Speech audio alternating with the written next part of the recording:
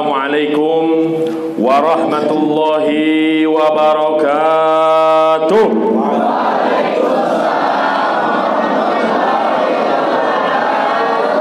Alhamdulillah, alhamdulillahilladzi hadana lihada wa ma kunna linahtadiya laula an hadanallah.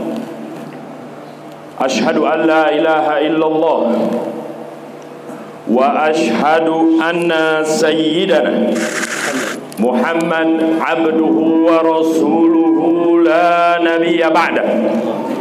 Allahumma salli wa sallim wa barik ala sayyidina Muhammad al-fatih lima ughliq wal khatim lima sabaq nasiril haqqi bil haqq al-hadi ila siratikal mustaqim wa ala alihi haqqa qadrihi wa miqdarihi al-azim. Amma ba'd. Faya Rabbi israh li sadri wa yassir li amri wahlul 'uqdatan min lisani yafqahu qawli. Rabbi zidna ilma warzuqna fahma. Allahumma arinal haqqa haqqa warzuqna ittiba'ah wa arinal batila batila warzuqna ijtinabah.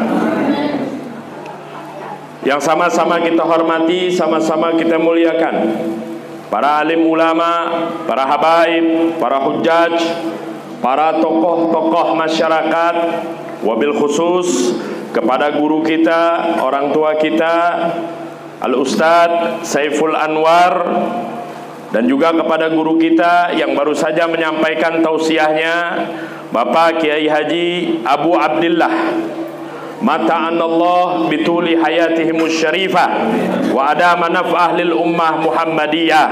Mudah-mudahan kita doakan guru-guru kita semuanya, para ulama-ulama kita, Allah subhanahu wa ta'ala teguhkan hati mereka, Allah kuatkan hati mereka untuk membimbing umat Sayyiduna Muhammad sallallahu alaihi wasallam.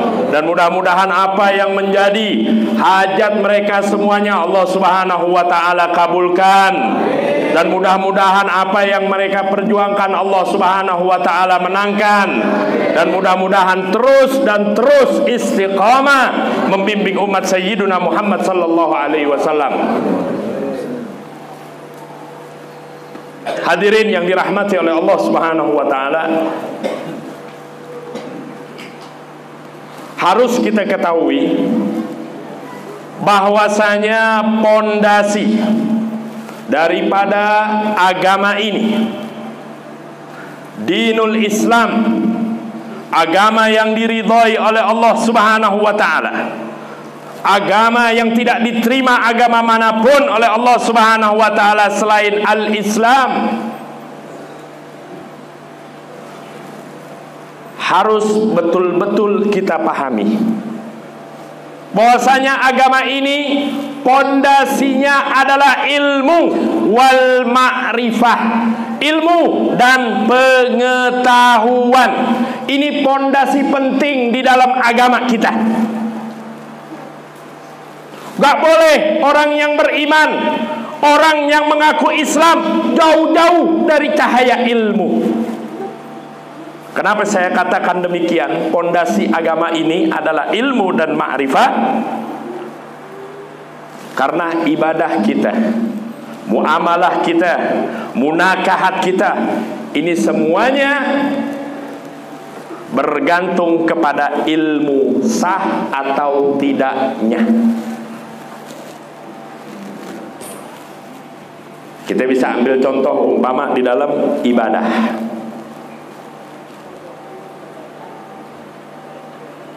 Kita tahu di antara syaratnya wudu itu alla yakuna alal udwi ma yughayyirul ma.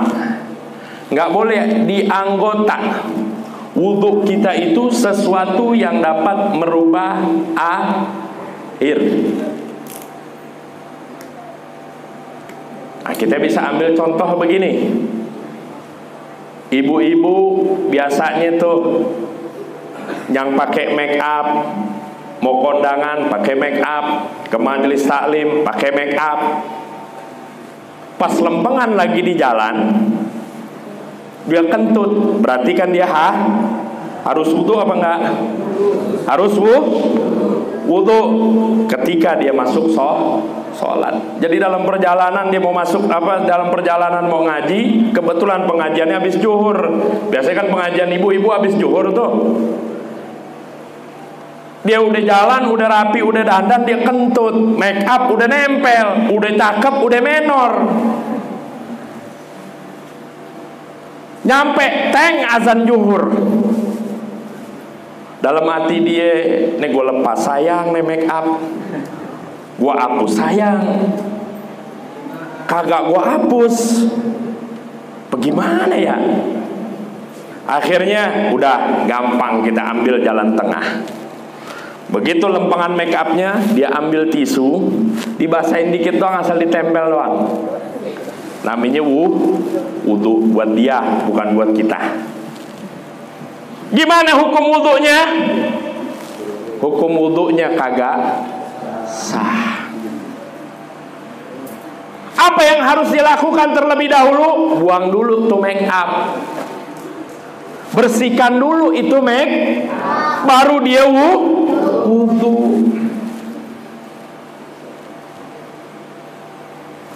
Tuh ilmu, paham? Sekarang kita ambil lagi contoh. Di antara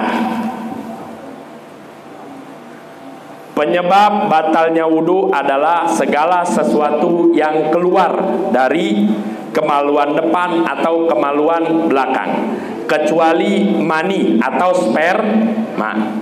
Yang namanya sperma berarti tidak membatalkan wudu. Sekarang aneh ambil contoh. Orang lagi sholat, Allahu Akbar, dia baca Fatihah, dia berwudu nih, dalam keadaan berwudu. Dia baca Fatihah, habis dia baca Fatihah, dia ruku. Begitu dia ruku, keluar itu mani. Wudunya batal nggak?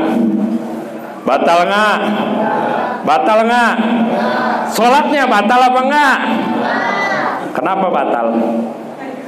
Ayo, kenapa bisa sholatnya batal betul, wudunya kagak tapi sholatnya batal. Kenapa sholatnya batal? Karena di antara syarat sahnya sholat toharo anil hadas, suci dari dua hadas, baik hadas besar ataupun hadas kecil yang wajibin hadas besar yang wajibin Orang kalau keluar mandi wajib wudu apa wajib mandi? Wajib mandi. Pinter udah cakep udah. Jelas. Itu di dalam masalah ibadah. Ada yang ketinggalan, kadang-kadang orang lupa. Nih, merahnya bibir nih. Nih bibir kita kan ada merahnya nih. Hitam bib, gue tahu, banyakan ngerokok.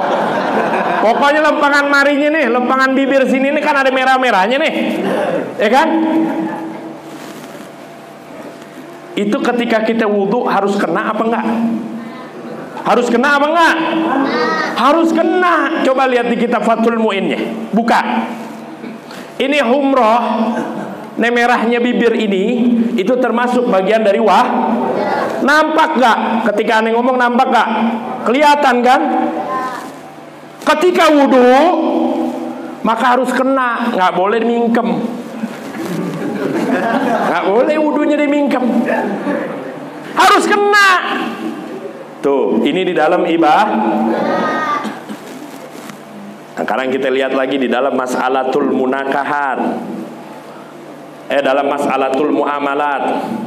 Nah, alhamdulillah kita di sini ada guru kita nih dari ketua MUI. Ini sekarang lagi banyak ngetren masalah emas, jual beli emas. Nah, ini yang kudu hati-hati. Pahit-pahit dah lo. Biarin kita omongin aja, Bade. Orang sekarang mentang-mentang transaksi elektronik ini gampang, mudah, syariat sama dia itu digampang-gampangin. Itu digampang-gampangin. Ini kudu hati-hati nih, kudu hati-hati. Karena apa? Permasalahan emas ini punya benang sejarah panjang. Kita lihat sejarah antara Sayyidina Muawiyah radhiyallahu an dengan sahabat yang namanya Sayyidina Ubadah bin Samit. Dalam sebuah peperangan, dalam sebuah ekspedisi nih, Sayyidina Muawiyah ini menang peperangan bersama dengan pasukannya, dan Sayyidina Ubadah bin Samit ada dalam pasukannya di situ. Ada di dalam pasukannya. Dapat yang namanya ghanimah berupa bejana-bejana dari perak, dari emas. Begitu pulang ditukar sama yang lokal, cuman harganya 2 kali lipat.